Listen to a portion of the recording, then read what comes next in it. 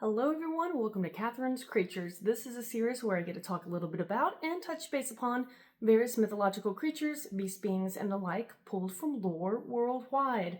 And I always like to preface by saying I am not a linguist, so if I mispronounce anything, I do apologize in advance. And today I wanted to talk about the Sigbin or the Sigben, and it comes from Filipino mythology. And this is a creature whose kind of core premise is it's a creature that comes out in the night to suck the blood of its victims from the shadows. Now, it's also been agreed upon by the variety of peoples throughout the Philippines that it walks backwards, and it often has its head lowered between its legs.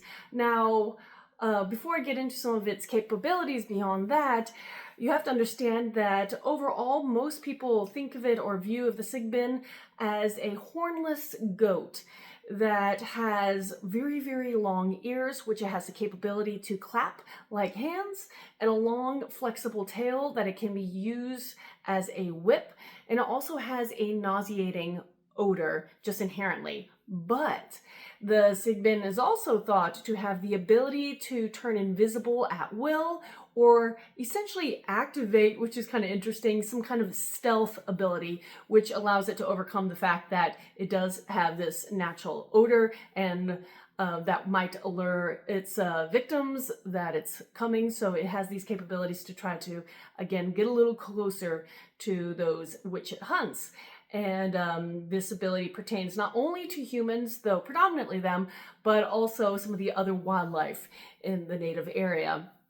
Now, the Sigbin is thought throughout their lore to kind of come out of its native home during Holy Week, which is the 7 days leading up to Easter. And during that time, it's specifically trying to hunt children because it wants their hearts to use as amulets.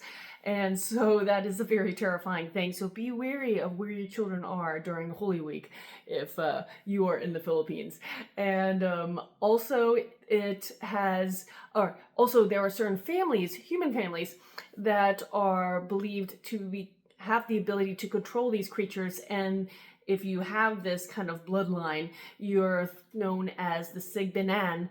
And I think it loosely translates the person who controls the Sigben, which is kind of interesting for me. They're also thought that these Sigbenan families will keep the creatures themselves in jars made of clay. So when researching this, I couldn't get a specific size of jars, so I can't tell if they're very large or small, but that was some just interesting aspect of the lore.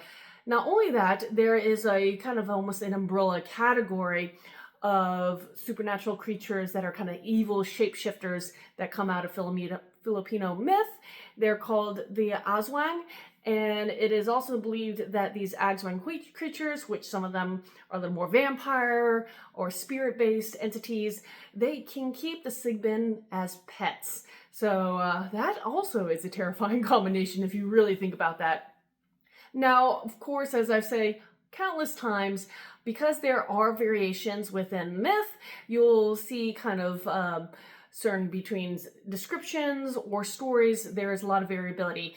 Now, when the Sigben is not described as this hornless goat, it can also be described as a dog that, or some kind of dog-like shape in certain myths.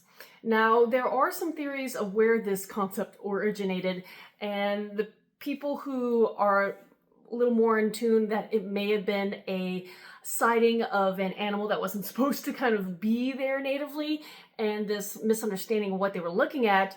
There is the family animal called the Macropodiae, and they encompass kangaroos, think that. And so there are a couple people who just are suspicious because of the description of this giant hornless goat that has these big ears and this kind of flexible tail that it may have been a false or a sighting of the red kangaroo somehow, some way, and the native people didn't know what they were looking at.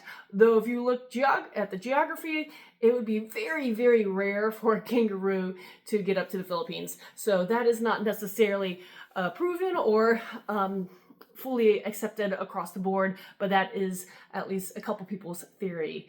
Now, if you have any question about this or anything else, post them in the comments below or reach out to me on any of my social media. And until next time, everyone, Skål.